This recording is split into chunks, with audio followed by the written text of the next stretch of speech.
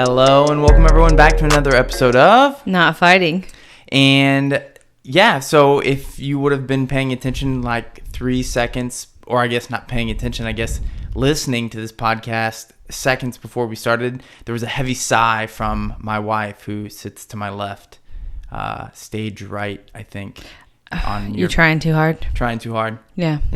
Stage right, if you're watching this, we are on YouTube as well. And I always like to point that out because I think that there are aspects of the show sometimes that visually are represented well. Yeah. But what was your whole point in telling everybody that was sighing? Oh, yeah.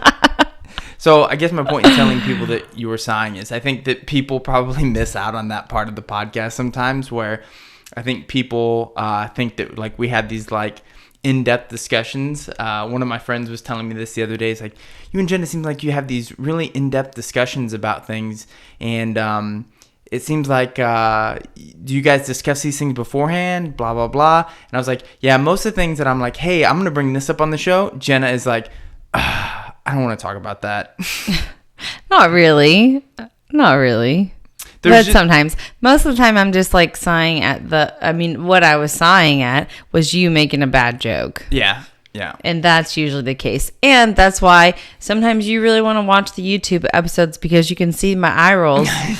You can see how Jena really feels about the things I say. My eye rolls. It's very hard for me to keep my feelings off of my facial expressions. I feel like sometimes like a really good author or a really good writer, like the thing that makes them great is that they have a really good editor, and I think that's I'm your editor. Yeah, that's what where all my success. Your editor in life. Yes, you're like my editor. You basically cut all the stuff that's like either gonna get me canceled or Yep. Just nonsense. Just nonsense. You got a lot of nonsense in your life. A lot of nonsense. And, I think it's one of those things that as I've gotten older, I've realized that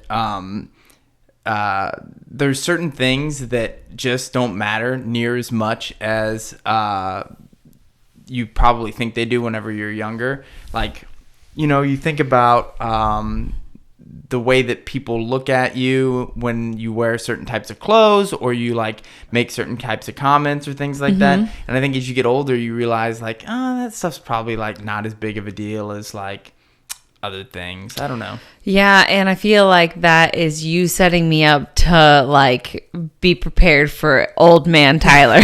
Just like yelling at everybody, wearing mismatched things, like not taking care of yourself, just not really like. Definitely socks and sandals. Oh God. Cowboy hat for some reason.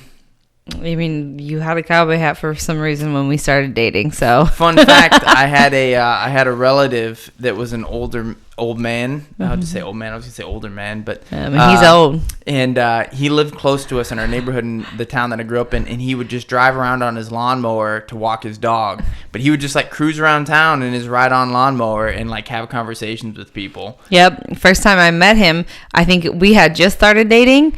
And you had brought me back home. He frightened you at a gas station. Yeah, and I was going home to have Sunday lunch with your family, and he like came up to us at like a gas station, and it was like basically said that you were related. Well, do you remember we're kinfolk. Kinfolk, yes. I was going to say, like, you remember the exact terminology that he used. The same man who was walking his dog on the lawnmower also made his wife sit in the back seat. The dog got the front seat. The dog sat in the front seat of the car. That dog got special treatment. Is where Tyler is headed. That man's son went on to become the lieutenant governor of Alaska. Shout out. I always forget about that. Shout out to Click Bishop. Shout out to Calvin Bishop. I'm sure that's not the political endorsement that we're looking for, but it's interesting the way that things change and evolve. And speaking of changing and evolving, last night we had a chance to watch the a lot of the different UFC fights that were on. But the pay-per-view featured prelims that had Rodolfo Vieira headlining the prelims. And, of course, you expect to see, like, a guy who reached the pinnacle of MMA, now transitioning to jiu-jitsu, evolving into something else. Vice versa. You said that backwards. Oh, did I say it backwards? Yeah. You guys know. But if you're we listening all to this know. podcast and you're like, well, I don't know. Rodolfo, one of the best to do it in jiu-jitsu. Very dominant. I beat just world champion, absolute. Just could never beat Buchecha. Yeah, couldn't beat Buchecha, but before that he had he had a nice reign after Hodger left and was the absolute champion for several years. And I think by anyone's imagination, And just a beast of a person. One of the best jiu-jitsu practitioners on the planet. Transitioning to MMA, a lot of really dominant wins, all mostly by, I'd say all by submission. I haven't looked at it, but I think he's won a lot of his UFC fights by submission. I believe he was undefeated as well. Sure. He was undefeated going into the fight. And, it did not go as planned. No, and it's like if you're watching the first round, you're like, oh, this is perfect because everything is going as planned. He takes the guy down. He's like mounted. He's on his back. He's like has all the positions and he's doing really well. And I'm like, oh, wow, like look at him, like doing his thing. Exactly what you expected. Yeah. And then for some reason just gasses hard. And you know what? We've all been there. Like there's just like, for whatever reason, because I saw that he posted that he had a really good weight cut and a really good camp. And so looked in shape. Looked in shape. Yes, he looked really good, like to start, but gassed. And who knows why this happens? But there's sometimes where you just have. We've all done it. Like maybe it's an adrenaline dump, or maybe it's just like you're rushing, and so like I've had that happen before, where I'm like. I just need to finish this as fast as I can, and like you're pushing a pace where it just that anxiety along with the adrenaline and everything, it just gasses you and it takes everything out. And so he gasses really hard, and he's so tired that his hands are nowhere near his face and not protecting himself, and he's just like getting rocked. And he ate a lot of really hard shots. Yeah, he did, and so winds up getting subbed in the second round. After eating just head kicks and elbows and things just like uncontested. Yes. Yeah, great point. Uncontested. And, you brought up the point about like, we've all been there where it's like, I shouldn't be this tired, but emotionally something, nerves, adrenaline dump, something happens. Sometimes it's just out of your control. You're just way more tired than you expected to be. And I think for him, when you'd watch the fight right before I did, because you were like, yeah, I can't. So Rodolfo got submitted, and I was like, what? And I came over, and you were showing me, and you're like, right here he gets rocked, and then he's exhausted after that. And I think that was part of it. I think he was in complete control to where you would have a hard time believing he doesn't just completely dominate the fight after this point. The guy gets away after being on the ground with him, and then lands a really nice, I think it was the left hook. I don't remember. And Rodolfo from then on looks exhausted. Yeah. And I think probably a portion of that was, the grappling and everything. But then after getting rocked, I think, you start to panic a little bit. And I think that lifts your heart rate. Yeah. And then from then on, I think it's kind of fight or flight. And he's just operating off of instincts. But it just didn't work out great after that because... despite the fact that he got submitted, which I think that guy, Anthony Hernandez, I believe the guy's name was. I think so. Deserves credit for his submission skills. Yeah. I mean, it was a nice submission. Yeah, like he was setting some stuff up pretty nicely. It's not like he didn't know what he was doing at all, but seemingly he knew, even though we looked him up and he is unranked in jiu-jitsu. Yeah. As far as like belt colors go. But as far as the internet we could find. Yeah, that's in the very minimal research that we did. You did mention a good a friend of ours, friend of the show, I guess. Elliot Kelly was in his corner. Oh yeah. Who's a very well so he has to have some kind of rank if he's like training with Elliot, right? Yeah. You would think so. He's definitely has a good grappling pedigree or partners or instructor. Mm-hmm. So, I mean, not to take away from that guy, but realistically, you'd think put those guys in a gym grappling together, like Rodolfo is going to... Just, like, wipes the floor with them. Does what he wants with them. Yeah. And I think, looking at it, it's... and just looking at Rodolfo kind of in his, like, fight or flight reaction mode, like, he was unable to protect himself. And I think that's one of the things that people... I feel like getting submitted was, like, a blessing in disguise for him because It could've been otherwise he worse. takes a lot more damage. And then he's in a situation where he has amnesia for like not remembering what happened the last 2 months. And I think you've really embraced a lot of striking over the last couple months. And I've I've literally watched you make exponential improvements in being able to like strike with confidence. And I think that's one of the things maybe people don't understand about the transition from MMA or jiu-jitsu to MMA is that like when you're tired, exhausted, you can always grapple for the most part. You know, you can kind of like get through it.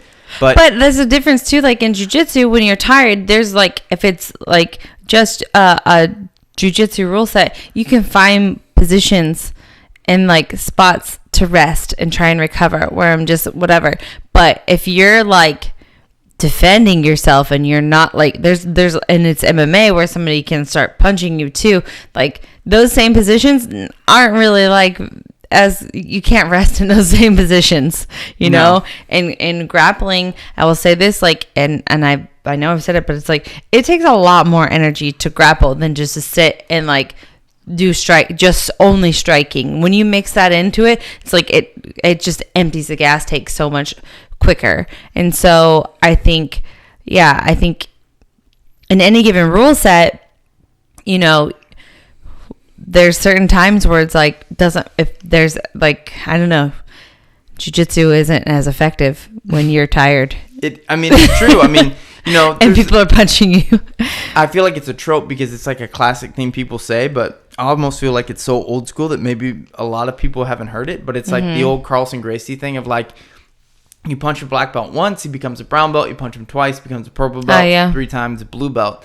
And that's just so true because How many times have we seen guys or girls that are good grapplers or high level jiu-jitsu practitioners, and then because of the other elements of the game not being quite at the same standard, just being picked apart, and like you're wondering like, how is this person, like, this person's way better of a grappler. Like, if they were in the gym, this person would be able to like do whatever they wanted, but because of the environment, because of like the fact they have to wrestle, they have to strike, like circumstances change, you know, like it's different. I've been in the corner of somebody that I was a really high level black belt that was good, and I remember he had an injury going into the fight and he got smoked in the face within like the first 10 seconds, got his face busted up, and then from there on it was like that fight, he had such an advantage by being so much better of a grappler that within that first 10 seconds, by getting smoked in the face,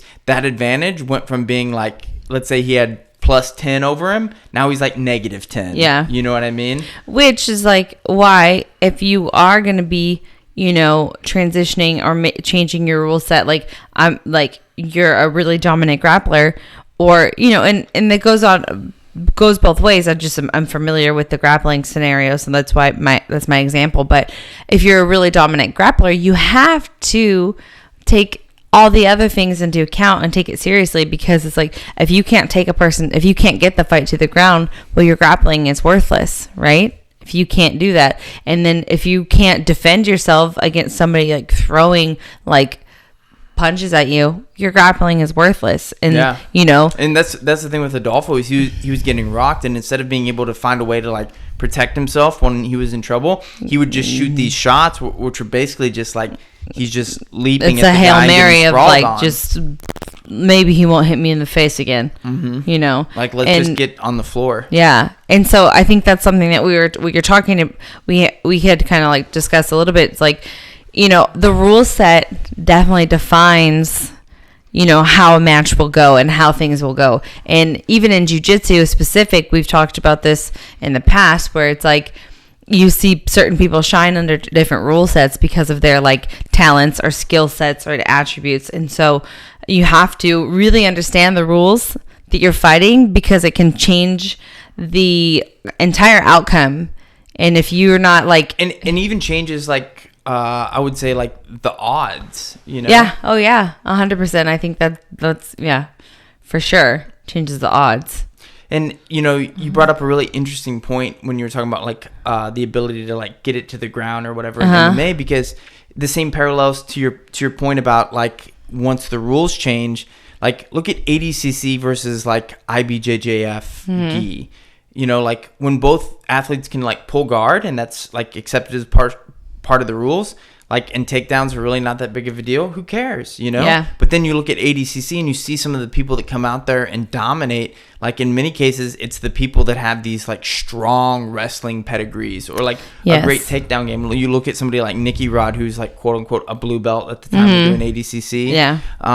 But, like, yeah, that's not a guy that, like, is winning a lot of IBJJF tournaments. You know what I mean? Yeah, but I will say, just, like, counterpoint, people have hacked that system on having to like know how to do takedowns in those, and under that rule set too is like you can fake a shot to pull guard and still not like, you know, there's a way if you're an intelligent, that's why it's so important to understand the rule set that you're fighting under and like figure out how to game those rules. And you set me up perfectly, as you often do.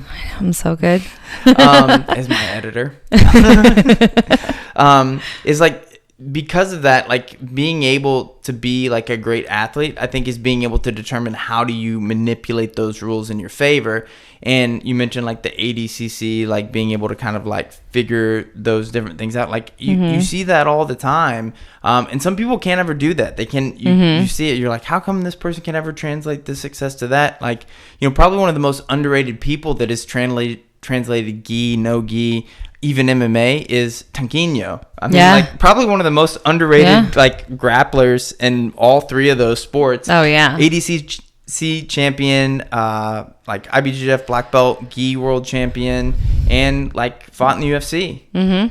Yeah. And you know, it's not easy to translate those skills across all of those things, you know. Yeah. And we're talking about Augusto Mendes.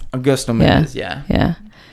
Anyway, I just wanted to bring that up. No, it's interesting because I was just trying to think. Is that his last name? Yes. Okay. Yeah, Like, did I say that right? And I think it's really interesting because you start getting in these conversations of like, who's the greatest of all time, or like who's the best, and that's something that has been like wildly talked about if you pay attention to any kind of sports culture at all right now, because there's been the discussion, especially after like the Michael Jordan like The Last Dance came out, and it's like, and it's been the discussion the whole time, like, you know, you have that, it's like, oh, you know, LeBron or Jordan, and then everybody's like, well, what about Kobe, you know, and you throw those things, and it's like, they're all like very, very great. And I think a lot of times in those cases, I would like to say, like, a lot of times I would look at those people as like, they were all part of different generations and eras, and so you kind of have to like judge them by that their time. Yeah, it's like you take it into context, and then like, and still, I think people kind of like wind up saying like Jordan is still, you know, even in context, like one of the greats, like the greatest to play the game. But then now, because especially after the Super Bowl, like Tom Brady like left the Patriots, he goes to Tampa Bay, takes them to a Super Bowl in his first year there, wins the Super Bowl dominantly, like blows the other team away. And like, and that's the thing, is like Mahomes is like, he is a guy who is like the new guy on the block, and arguably, you know, one of the like probably has like could give Brady a run for his money as like one of the better quarterbacks like to do it, but they're so very different. And I think Brady, if you look at him from like a physicality standpoint, he doesn't add up and doesn't measure up to most of those people. Not saying like he's unathletic. It starts being this conversation like when you start saying like the GOAT or the greatest of all time. Yeah. It's like, well, there's so many caveats. Yeah, but it's like, what do you mean? It's like, well, greatest basketball player? Like, okay, cool, we're having a discussion about Michael Jordan, LeBron James, maybe Kobe Bryant. Greatest football player of all time? Okay, like you could say Tom Brady, Lawrence Taylor, I feel like Manning. And when you're talking about football, it's something that's so hard to say football player of all time, because everybody, there's so many players on a team, and like, yes, the specialty positions like definitely like are people that stand out, but they're like all like, this person is really good at this skill and this thing, and that's why they play that position. And it's like, so how do you say football player? Because yeah, your quarterback makes a huge difference, but then you have those teams who have like crappy quarterbacks and still win Super Bowls with a great defense. Or Mahomes, like Mahomes, like all his skills and talents were largely like basically minimized largely by the fact that his offensive line was really beaten up. Yeah, like both of his tackles were injured, so they don't have enough in slime. When you don't have anybody that can block for you, then and how many times have you seen that guys who are on crappy teams and probably could have been Hall of Famers, could have been one of the greatest ever, but just happened to be on a team that didn't allow them to really shine for who they were. Steven Jackson comes to mind just because we're Rams fans, and he was somebody who was like the only like good player on our team for like a really long time. For the bulk of his prime. And probably took a lot of more damage than he needed to, and like wear and tear in his body maybe shortened his career because he was the person that the whole team relied on. And so like, I really like your point, because we were talking about this like all week. You and I were kind of having a discussion around this, but you brought up the thing about like each of the positions you think about the greatest of all time, they each have like unique attributes that make them good. And we were talking about like quarterback, like, so like, is Tom Brady the greatest quarterback of all time? And when you think about like, okay, quarterback and athlete, like you think that those things like would kind of go together, because an athlete is, but a quarterback's kind of like a baseball physical player. athletic ability. Yes. And then you also have like athletic games, athletic sports, right? And so Tom Brady is someone that, like, if you break down his physical talents, like you could probably list over a dozen quarterbacks that are way more physically talented than Tom Brady. I mean, like Lamar Jackson, Michael Vick, far more physically physically talented than Tom Brady would ever like want to be. But then like even Mahomes. But then you're like, okay, well, what makes Tom Brady a great quarterback? Well, it's not just his like mental ability to break down the game. Arguably Peyton Manning was far better at that. Yeah.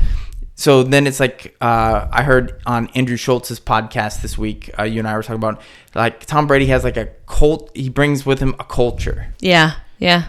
And that changes everybody else around him. And then you start going, well, like, okay, so what is that? Mm-hmm. Like, it's ability to lead. I think that's something that like. Is that athletic ability?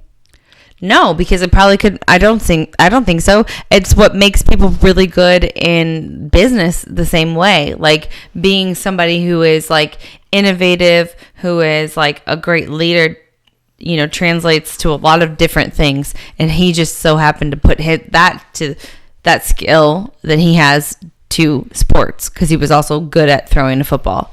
And I think that you see that in both MMA, jiu-jitsu, and wrestling, for example, or like just the different rule sets of jiu-jitsu, because the rules will define what physical talents. I mean, I think we talked about this on a podcast maybe a couple episodes ago about like how jiu-jitsu is weird and that you could be like, it's sort of like football where you can be a lot of different shapes and sizes potentially and succeed, but it's at different positions. Yeah. In jiu-jitsu, it's kind of just like in different ways or whatever. But the rules may completely dictate like the strength of those advantages, if it makes sense. Yeah, it definitely changes everything. I mean, we were talking about, because I think that's what we were saying. It's like, okay, you start talking about the GOAT in this sport and this sport and this sport, and then you have somebody like Tom Brady who has like seven Super Bowl championships, and which is insane, more than any other team, like actual team has. Right? Yeah. And so that's insanity. And so you're like 10 appearances too. It's hard to argue that he's not the greatest, and probably that's why I understand people want to make the jump that the greatest athlete of all time. And for sure he's an athlete. Like that's not saying, but that's not like, but what defines an athlete? Like, are we talking about with like athletic ability, or just the athlete as the player, the person themselves? And that's something that then we go down this thing. We were looking up like the spark scores, because I think that's a really good like way to measure it's athletic ability, way of measuring like you said, athletic ability. But athletic ability versus being an athlete and being a great athlete. I think those two things are different too. And it's so perfect with jiu-jitsu because we've talked about this before, but just the application means everything. Yes. Because you can be so physically talented. Like how many like freak athletes have you like been around in jiu-jitsu that like never make it past blue belt because whatever reason, but it's like their physical skills like can't overcome the fact that they're unable to apply those in a way that like makes them successful in their sport. I think that's why, like for me, I get really frustrated when I see people who have so much ability waste talent, like with just being like lazy or life gets in the way or injuries get in the way and like or different or just like just not like having an ego, no drive, too much ego, just all these factors that would like deter them from reaching like the potential that they have.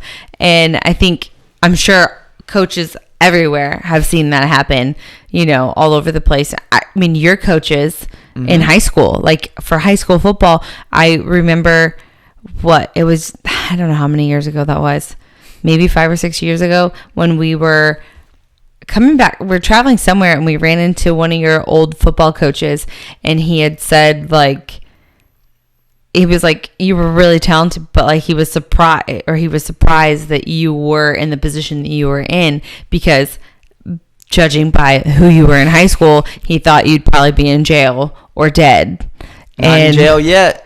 Look at this guy. Not dead yet. Doing it big. But you like... Still time. You had I plan people, to do both.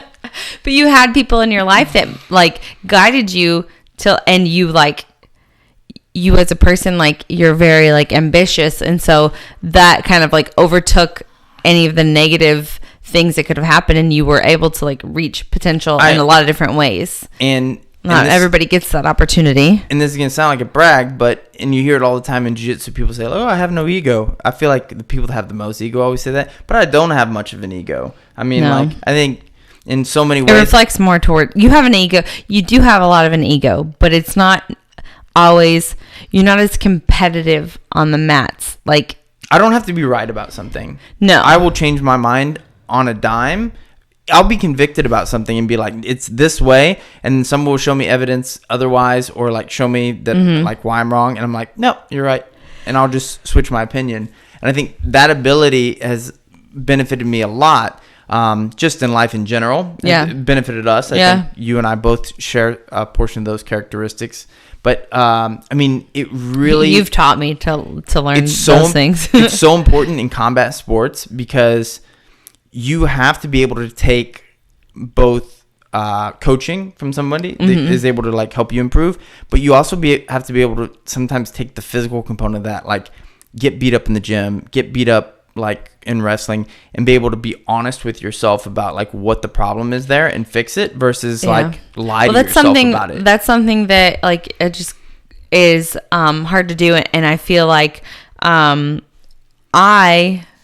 and I both always want like the challenging role, the hard role. Like we want to push ourselves, like, because if I'm not pushing myself, if I'm always the best in the room, like I don't feel like I'm getting better. And so I think both of us like that. And like if I'm like, oh, this person was hard, like let me go with them again, and not because of like any other reason of like it's going to be good for me. And I've seen that a lot recently here where people know that.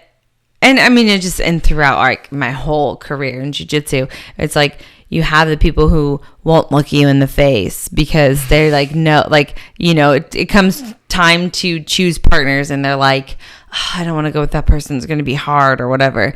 And I think people who are truly trying to better themselves and are really like, especially in practice, like this is the time to like challenge yourself, to lose, to make mistakes and get better. And of course it pisses me off when I'm and you know what, it's not fun. It's not always the most fun, but like I know that I'm getting better. To be honest, if you're actually training to get better as a competitor, the process of that, like getting challenged and having those really rough days where you're getting your ass kicked, like realistically, if at all it's fun, it's not. You're not doing it right.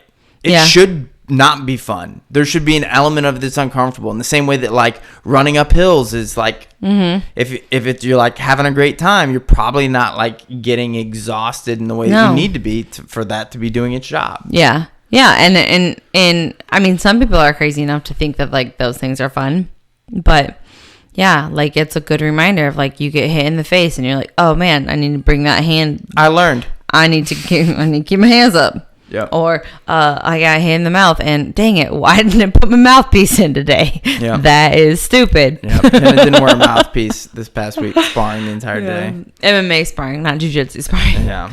I never wear a mouthpiece for jiu-jitsu sparring. I don't either. And when I do, it's usually for like, I put one in for like 2 weeks because somebody got their tooth knocked out or something. And then I'd like forget about it again. Yeah. I just don't like, I don't know. I feel like most people don't wear one. Yeah. Yeah. In jiu-jitsu, I don't feel like as many people. There's less people that wear them than don't. Yeah, I think that. I'm sorry, I'm yawning so much. Now everybody that's listening to the podcast is falling asleep at the wheel of their car. I assume they're listening in their car or watching in their car if they're driving a Tesla. Hopefully they're driving a Tesla if they're watching in the car or a passenger. We're not here to judge. But you do you. But yeah, I think that's a big portion of this is like being able to be honest with yourself and make those adaptations are the things that you have to be able to do if you want to succeed in multiple rule sets. And Tom Brady's quarterback coach, Tom House, who's coached like a lot of the different greats, they had asked him before the Super Bowl, like, is it hard to take somebody like Tom who's already really accomplished? Because I don't think Tom started working with him until after he maybe won his first Super Bowl or something. I don't know. And he's like, what's funny is that he's the most receptive to learning. He's the one that wants the most criticism. And I think that even though it sounds like, oh yeah, there's a lot of people that have that quality, there's not a lot of really great champions that really do. Yeah. That to the core embrace that forever. Yeah. I think that's hard.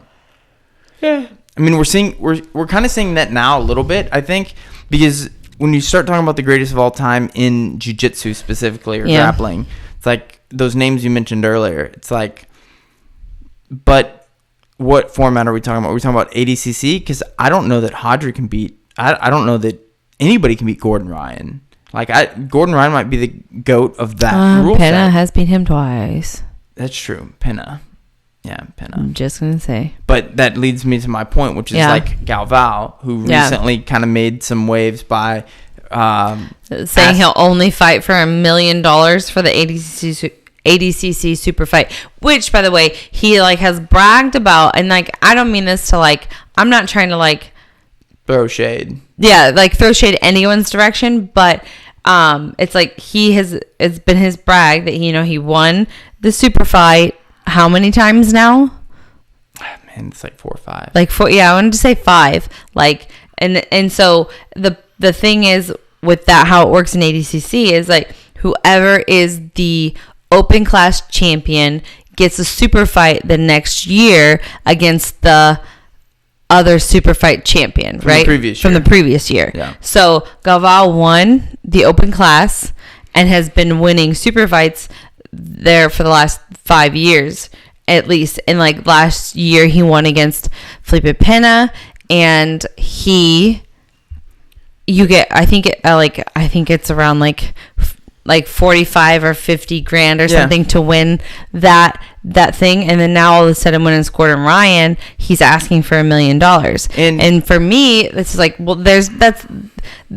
competitors need to value themselves. Like I think that there's a lot, especially in jiu-jitsu, and then obviously in MMA too, because I'm seeing that happen too, where it's like competitors don't value themselves, and like you're really putting yourself out there in a way that's like very like dangerous for your body and your own health and realistically it's why athletes have had unions like formed at these larger leagues, because it's so easy to take advantage of them as a group because they are so competitive that you almost have to do collective bargaining. But combat sports will likely never have that. Yeah, hopefully it does. But anyhow, I think that it's one thing to value yourself, but you also have to know the value, like be realistic on valuing yourself. And when one event doesn't even gross $1 million and you're asking for $1 million to get paid, it's like, what changed from like you would fight for that money one year, but now you don't want to? I think, and we've talked about this, if Galval was really, I think the better thing for him to say, other than throwing out this arbitrary number of like, this is what it's going to take to get me to pay, say, I'm retired. Like, I don't really want to fight. If you really want me in, you're gonna have to give me $1 million instead of like demanding like, this is what I need to get paid to fight. It's like it's kind of like semantics, but it's also like very, very different. And people are always like, well, something is worth what someone pays for it. But there's 3 ways to look at that, really. So like, you have a Jeep, you really like it, and if somebody came to you and was like, I will buy that Jeep for what it's worth, you're probably going to be like, well, no, like, I bought that Jeep for what it's worth. I like it. I want to keep it. I don't want something else. I want to keep my Jeep. So they're going to have to pay you more than that. If somebody came along and was like, I'll give you $1 million for that Jeep, you'd probably be like, well, yeah, sure. I like it. But yeah, I mean, I can buy all the Jeeps for that. You're paying me exponentially more than the value, and so that changes my motivation. And so if Galval is asking for $1 million because he's like, listen, it changes my motivation if you're willing to pay me more than what this is worth, right? Other than that, I'm not interested. Then there's also the value of like, this is the quantifiable value today of what that's worth. Meaning, like, he knows from the last ADCC, has a good estimate of what he thinks he brought into that event in terms of revenue. It's the same way that it's like, you can look at a company at the end of the year and be like, well, their revenue this year was X amount. The company's worth this much because over a certain period of time, they'll recoup that. You could recoup that investment through profit. And then you have something like Tesla, where it's like, the value of the company is exponentially beyond that, to where it's like people are speculating. They're speculating that the company will do more, generate greater profits, and be worth more long term. So it makes sense to be valued at a higher value than what you think it is worth today. And Galval could be saying like, look, I believe the next ADCC, whatever. Yeah.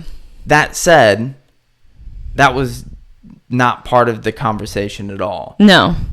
And so you don't know the motivation. For me, like, as somebody who has competed and participated in that event, it's really obnoxious to ask for that, because there's a lot of other people preparing just as hard and sacrificing a lot to just be a part of that event, and not getting paid a dime. And even like in my instance, like paying out of pocket to be able to like be competing in that event. And so if you're asking for that, it's like, no, like, I don't know. It's like, for me, I'm like, no, all the competitors, everybody who competes in that event should get paid at some, in some capacity. It's an invite tournament. You have to earn your spot, or you have to either earn your spot or get invited to be a part of that event. And like, everybody there participating is working equally as hard and sacrificing just as much. So it's like, you want to take $1 million, which is like not even like what people are getting, like what's being made there. And I get you're a bigger pool. I'm not saying it shouldn't be weighted, but like, no, they should pay all the competitors before they start shelling out $1 million to like one athlete, which there I saw a point made, and whoever made the point don't have like, that doesn't matter, but it does matter. Like, oh, so if Galval's getting paid $1 million, then Gordon's gonna have to get paid equally as much, right? Or whatever, because so now you're gonna like say, oh, this is worth $2 million to see this one fight. No, I don't care if that fight ever happens, and I don't think it ever will. It seems to me that one of the two doesn't want to fight the other under that specific rule set. Either that or just doesn't want to fight in general. Or doesn't want to fight anymore. But I would say doesn't want to fight him, because it's been discussed for years now. But you think about it too, and it's like, I think anybody is willing to give that a pass, because like, you have somebody like Mayweather now who's talking about fighting like Logan Paul, or like he fought McGregor, and people are like, oh, like, why doesn't he just fight like dang it, what's what's the guy, the Mexican Canelo? Canelo? Yeah, why doesn't he fight Canelo or something like that? And it's like, because he's 40. He's accomplished everything. He's accomplished everything he has to. He doesn't have anything to prove until he's so old that he can't like compete at the same level that he used to. Like, yeah, you can watch him lose, but that's not his prerogative. But if you want to like pay him a premium and have him fight like basically people that are not at that level, he's happy to take the money and like do the work. But look, listen, it's not competing in the same way. No. And so Galvão, you know, it makes sense to me if he's like, listen, if you want me to fight, you know, Gordon, the guy that's the best right now, and you know, in his prime, you're gonna need to pay me $1 million because that's what it's gonna take to. But motivate I think that's me. where he messed up, though. It's like that's the thing that we're like both were irritated by. It's like, no, that's not how you phrased it. You said like you're gonna have to pay me this much for me to compete, versus like, I don't really want to compete. I feel like I've already accomplished everything I know. Like it's gonna take near like that to just motivate me to even want to get out there. Yeah, I don't know. I think you're right about that, and I think that's probably where the nuance was missed. And I also feel like I think you could have got people on your side. And yes, you can get people on your side, and you can shut people like Gordon up a little bit more. You're never going to shut that guy up. He's just going to talk regardless. He's going to talk about you. He's going to talk about your students. He's going to do all that thing because that's just who he is. But like you don't give him a leg to stand on in that regard if you phrase it a different way, if you put things out there a different way. But now saying that you have to pay me $1 million to fight this fight makes it seem like you're scared to fight him, or you don't want to fight him because you're putting a number out there that you know nobody will ever give you. And Gordon has played this so well with him over time, over years, and he's almost backed him in a corner at this point. Because before, when this was coming up, I don't think Gordon like deserved the opportunity to fight Galvão. He hadn't quite like established himself yet. Now, but he's earned it, and a lot of people wanted to see that. Yes, still. But he's earned it. Not only does he deserve it because he has like proven himself, but he actually earned it by winning an open class like ADCC title. And this is the thing, and this is where I'm going to kind of tie some of these things together, because we're talking about the greatest of all time, right? And Gordon has backed Andre into a corner here a little bit with this, to where you feel like he's going to have to either accept or basically just retire, right? Yes. Or face criticism for that. Yeah. Which you kind of almost like raise Gordon's hand there in that matchup. And then you've got this thing where it's like Gordon has somehow gotten a lot of great fighters to fight him in rule sets that they would have never fought before. Like, even though he lost the match against Pena, the first one that they fought at 540 in a closed room, and there was like 7 of us in there. He got Philippe to fight him in this, like, I think technically it was supposed to be 1 hour, half an hour match, but it was submission only.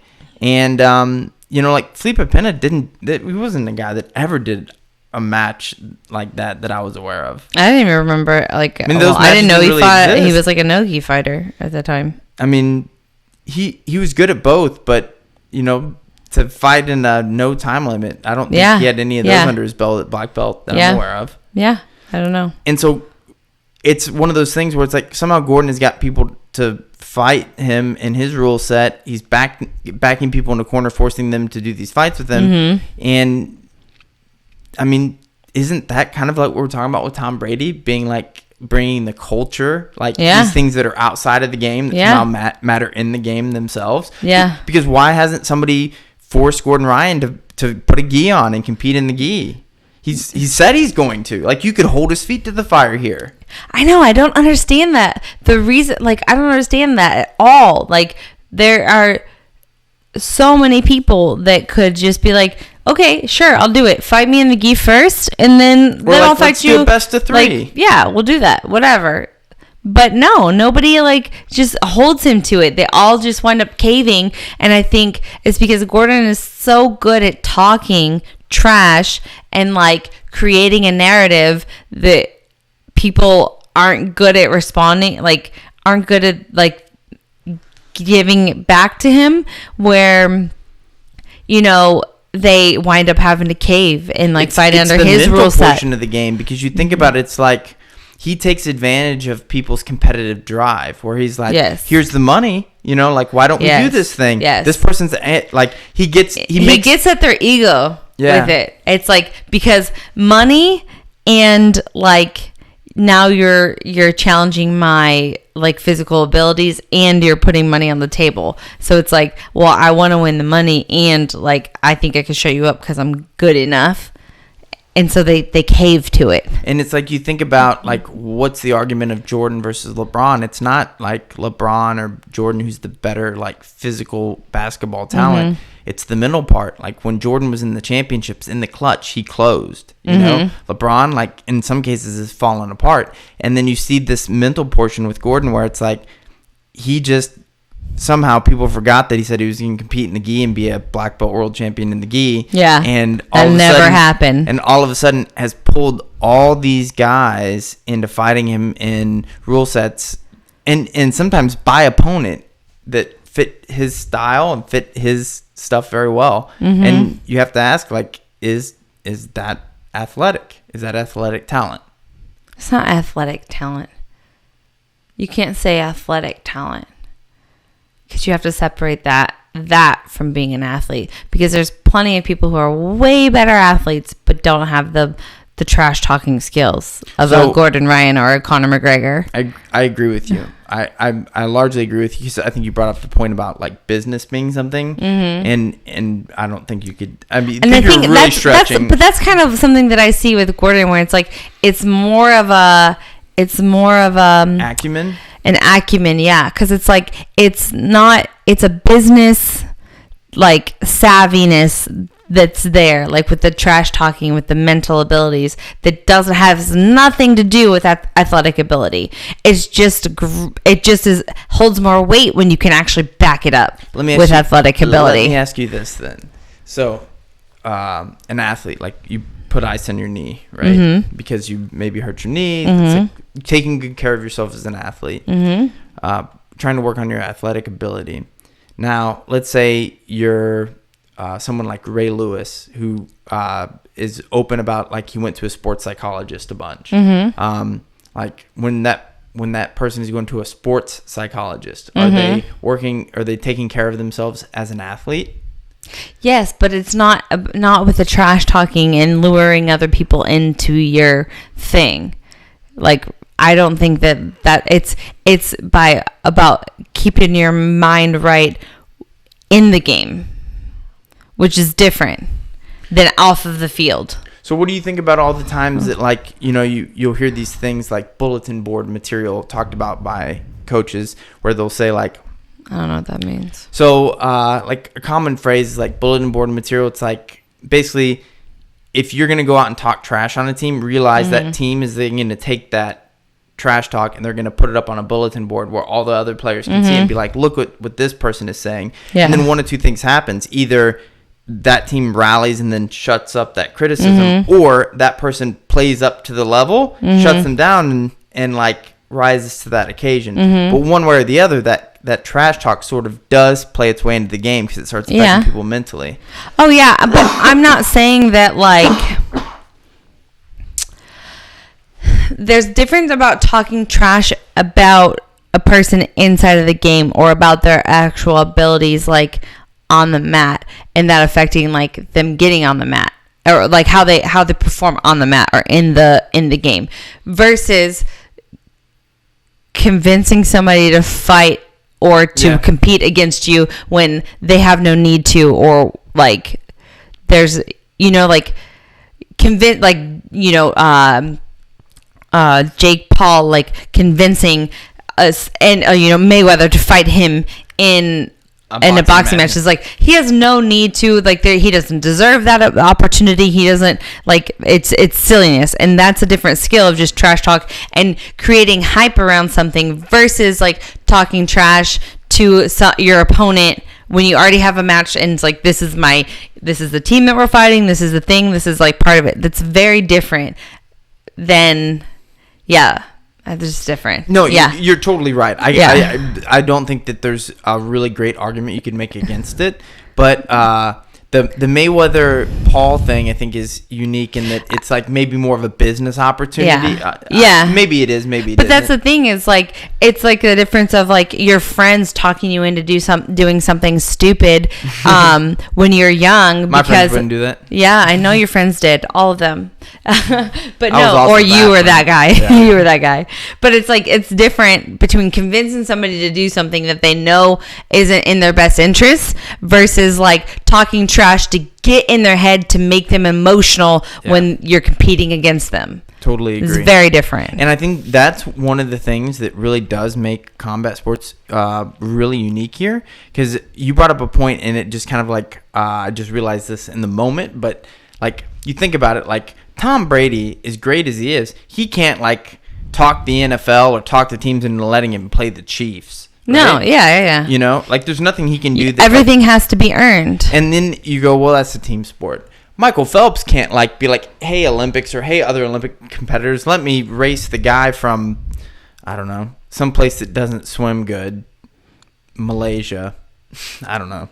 Maybe Malaysian swimmers are great, but either way, like he can't. It's all merit based there. Yes. But in MMA, in jiu-jitsu, like you can talk yourself into a title fight. You can talk yourself out of having to fight somebody you don't want to. Yeah. You know, Conor McGregor for a long time, like if you look actually at his rise, like up to the top, there was a lot of like guys in the mix there that were bad matchups for him, and magically somehow he never had to fight a lot of them. Yeah. Who are you thinking of? Well, like, because I mean, I'm sure I believe you, but I'm just like curious. Well, you know, when he had to fight Chad Mendes, he fought Chad Mendes on a super short notice, and Chad Mendes was not in great shape. Yeah. By all stretches, and he got smoked in that first round, and then when Mendes came out in the second, he was pretty gassed. But people forever were like, "Look, if he had to fight Mendes, like it would be a bad matchup for him." If Mendes had like the time to prepare. He did not fight a lot of really great grapplers along the way. He fought a lot of guys that were kind of known for their stand-up. Yeah. And that like he was supposed to fight Dos Anjos, and somehow magically that didn't happen. And that would have been a tough matchup for him at 55, but instead he fought Eddie Alvarez. And Eddie Alvarez, in a lot of ways, was tailor-made, is not a great style matchup. Yeah. So I do think that there's a portion of this in combat sports that is very unique, and your ability to kind of talk your way into opportunities and out. Yes. Yeah. It really will define you if you think about it. Oh yeah. It was something that I was talking about with, because like the women's fight last night, I'm like, why is this girl getting so hyped? You know, that Macy Barber, I'm like, why is she so hyped? And then, you know, talking to a friend, and she's like, well, you know, she kind of like blew through some nobodies and then like talked a lot of trash. And so that got her the attention. And then she like hyped herself up to make the promoters hype her too. Somehow ranked number 10 at flyweight, and you know we've watched both of her last couple fights, and she's lost her last 2 fights now. Yeah, and it's one of those things where you realize, like, you can look at that in multiple rankings. Why is this person above that person? And in many cases, it's like they create this, you know, sort of narrative or story that they're this great fighter, and you know, there's very few other sports that really work that way, you know. And if it does, it's more behind the scenes, and there's a lot more there's people with money involved, like manipulating those things, so you don't get to see it, where the athletes still don't get to affect that directly, you know. So yeah, it's interesting. But I think it's never been a discussion that people have wanted to have more. But I also think because, you know, the Rodolfo thing is kind of like what inspired this original conversation. Yeah. You know, I think especially jiu-jitsu folks are like sort of stunned, and they're like, well, maybe you start questioning jiu-jitsu itself. But you just have to realize like the rules, the context, like I guess where we even start these conversations about who's the greatest or like who's the best or something like that, like context matters so much, because Rodolfo Vieira is better at jiu-jitsu than that guy, a better grappler, and I don't care if somebody's like, well, listen, that guy's actually... Rodolfo Vieira is one of the best like jiu-jitsu practitioners of all time. Yeah. Oh yeah. But that and how he performed getting submitted in MMA have almost nothing to do with each other. It's true. They're correlated. Yeah. But and if Rodolfo's ever watching this, like, know that it doesn't change who you are in jiu-jitsu to us. We love you. No. And I do think that that's something that happens sometimes. I think that, you know, you saw it with him. We had a close friend here recently that lost a jiu-jitsu match under odd circumstances. And you look at it and you see these people like feeling like they need to apologize. Yeah. Or like address it somehow. And it's like, you have nothing to apologize for. Like, yeah. I think because of social media, the way that it is, though, people feel the need to like explain themselves or explain certain things. And I think I understand the motivation there, but at the end of the day, I feel like, I don't know, your history, your body of work will reflect like who you are as an athlete and who you are. Like that doesn't, one instance in one match doesn't define your whole career. Yeah. Sometimes in some cases it does, because it could change the trajectory of that career. Yeah. So, but I'm just saying, like, if you've accomplished all of this and you have one slip up, it doesn't mean that you're not that great human. Or if you have not achieved until a certain point and now you're like,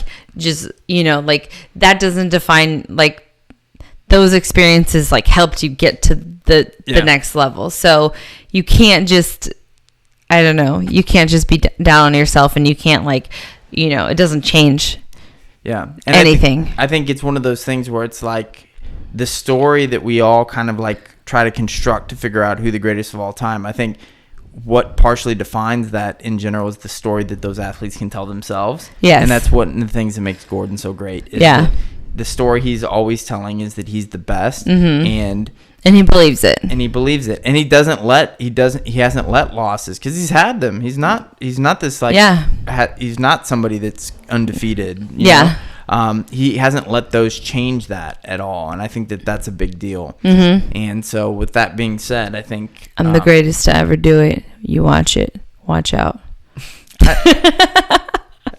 We can take that as like a soundbite, and we'll come back to this at some point in the future. But shout out to everybody that has been following along with Jena's progress in MMA. Still crossing her fingers. We'll have an announcement here soon. But yeah, it's a big deal from the standpoint of I've been watching her get better, and I'm excited. So it's fun too. I'm still having fun. We hope that everybody listening to the podcast will take an opportunity to support her whenever we make that announcement.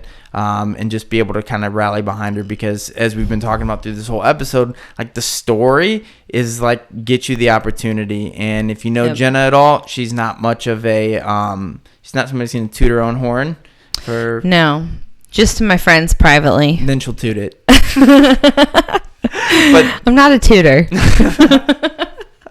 But yeah, I think we'll just want to rally behind her and get that story started. But if you are listening to the podcast and you enjoy it even remotely, or you're like, this is the worst thing ever, either way, write a review. I'm pretty sure that just like having an emotional response to the podcast will just push to the top. So if you have a chance to leave a review on Apple Podcasts in particular, those are really helpful. And we hope that you will follow along on the YouTube channel when you get a chance. Jena, anything else?